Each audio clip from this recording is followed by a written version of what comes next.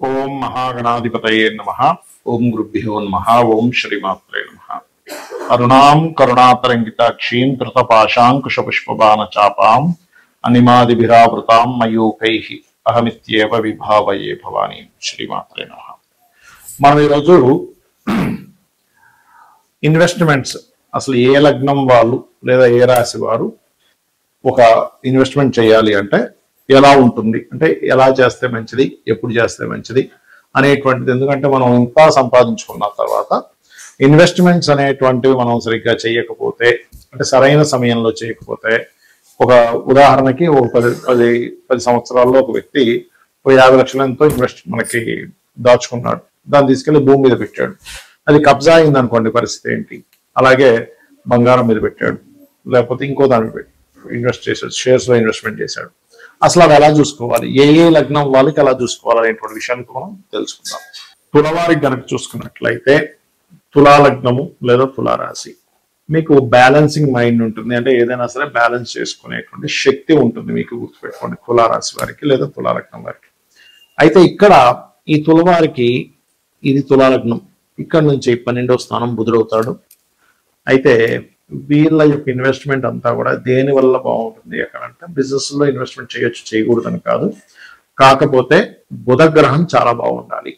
బుధుడు ఎంత బాగుంటే మీకు ఇన్వెస్ట్మెంట్స్ లో అంత బాగుంటుంది. గుర్తుపెట్టుకోండి, బుధ గ్రహం ముఖ్యంగా గుర్తుపెట్టుకోండి.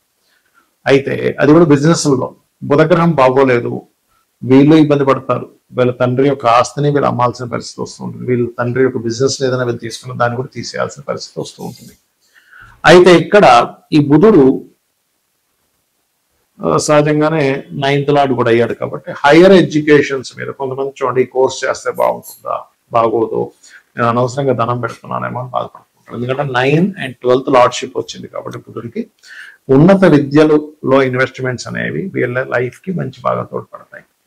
కాకపోతే ఇక్కడ మీరు చూసుకోవాల్సింది ఏంటంటే 9వ స్థానంలో కానీ 12వ స్థానంలో కానీ ఉన్నాయా గ్రహాలు, పాప గ్రహాలు ఉన్నాయా? శని కుజ, శని రాహు, లేకపోతే శని కేతు, కుజుడు ఉండడం, లేకపోతే కుజుడు ఉండడం, లేకపోతే కుజుడు రాహు, కుజుడు శని ఉండడం, కొన్ని కాంబినేషన్స్ ఉన్నాయి. ఆ కాంబినేషన్స్ కనుక పడ్డప్పుడు మీరు పాపం రూపాయి చేసి ఇన్వెస్ట్మెంట్ చేయడం అనేది ఇబ్బంది చేస్తుంటారు. కాబట్టి ఆ యొక్క విషయాలు జాగ్రత్తగా ఉంటూ, పర్టికులర్ గా మీకు బుధుడు బాగున్నాడు, బుధుడు యొక్క మహాదశలు లేదా అంతర్దశలు వస్తున్నాయి, చేసుకోవచ్చు.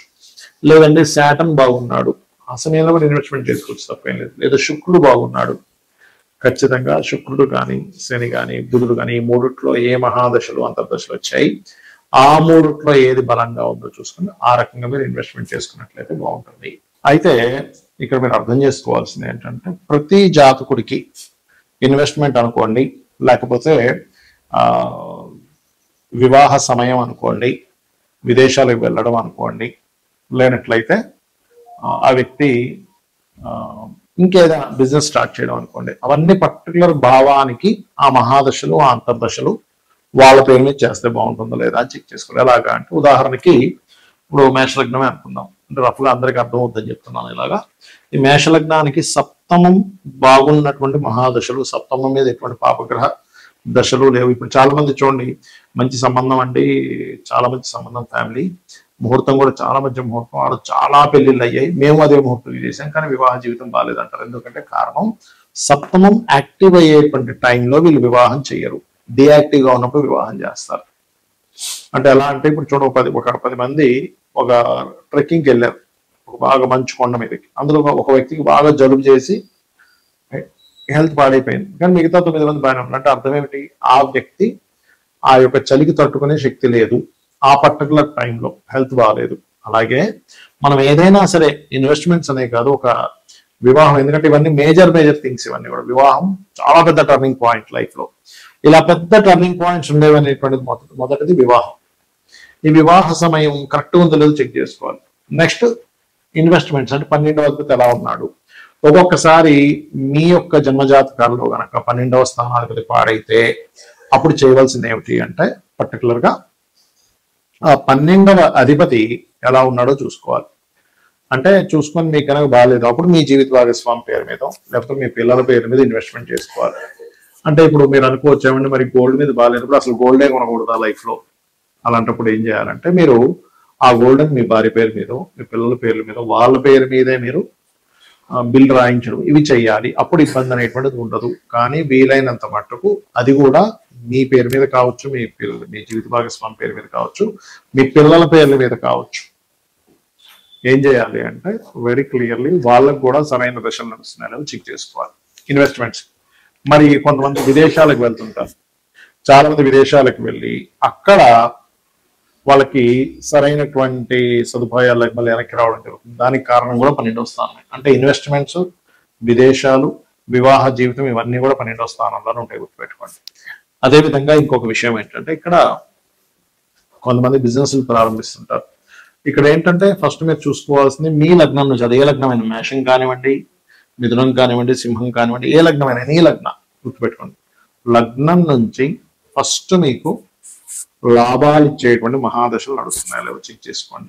అంతర్దశలైనా ఒక్కోసారి బాగోలేదా, లేదా గోచారమైన. అంటే గోచారం అంటే ఇప్పుడు ప్రస్తుతం తిరుగుతున్నటువంటి గ్రహాలు ఇప్పుడు మీకున్నటువంటి గ్రహాలకి మీకున్న మహాదశల్ని యాక్టివ్ చేస్తూ ఉంటాయి. అంటే పాజిటివ్ ట్రిగర్ చేస్తేనేమో మంచిది, నెగటివ్ ట్రిగర్ కనుక చేసినట్లయితే మంచిది కాదు. ఇది ఫార్ములా అన్నమాట. పర్టికులర్ గా ఈ ఫార్ములా బేస్ మీద మీరు ఏం చేయాలంటే ఇప్పుడు ఒక బిజినెస్ పెడుతున్నాము, ఆ బిజినెస్ మీకు పనికొస్తుందో లేదా ఫస్ట్ పాయింట్ నెంబర్ 1.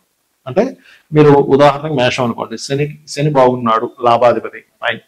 లేదు వృషభ లగ్నం, గురువు బాగున్నాడు, లేకపోతే మిథున లగ్నం, కుజుడు బాగున్నాడు. అంటే అసలు ఫస్ట్ మీకు లాభం రావాలిగా ఏ బిజినెస్ చేయాలన్నా.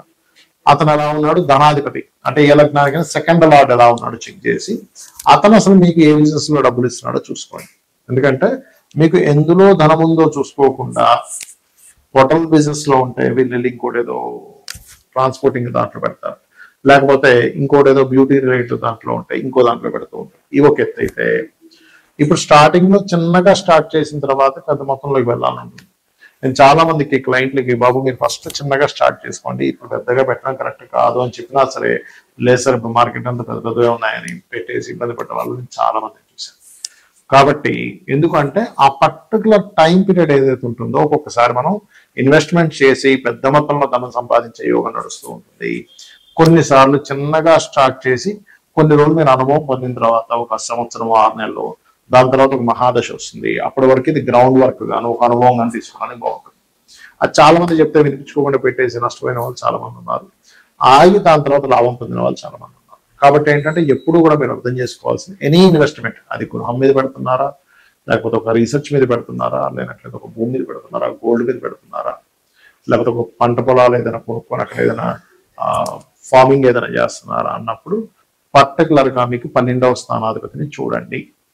లేదంటే ఆల్రెడీ ఇన్వెస్ట్మెంట్ చేసేసాము, ఇప్పుడే మేము వీడియో చూసాం తెలిసింది మీరేమో ఇది సరైనటువంటి ఇదిలో లేదని మాకు అర్థమవుతుంది, ఏం చేయాలి అన్నప్పుడు దానికి సంబంధించిన రెమెడీస్ చేయడము.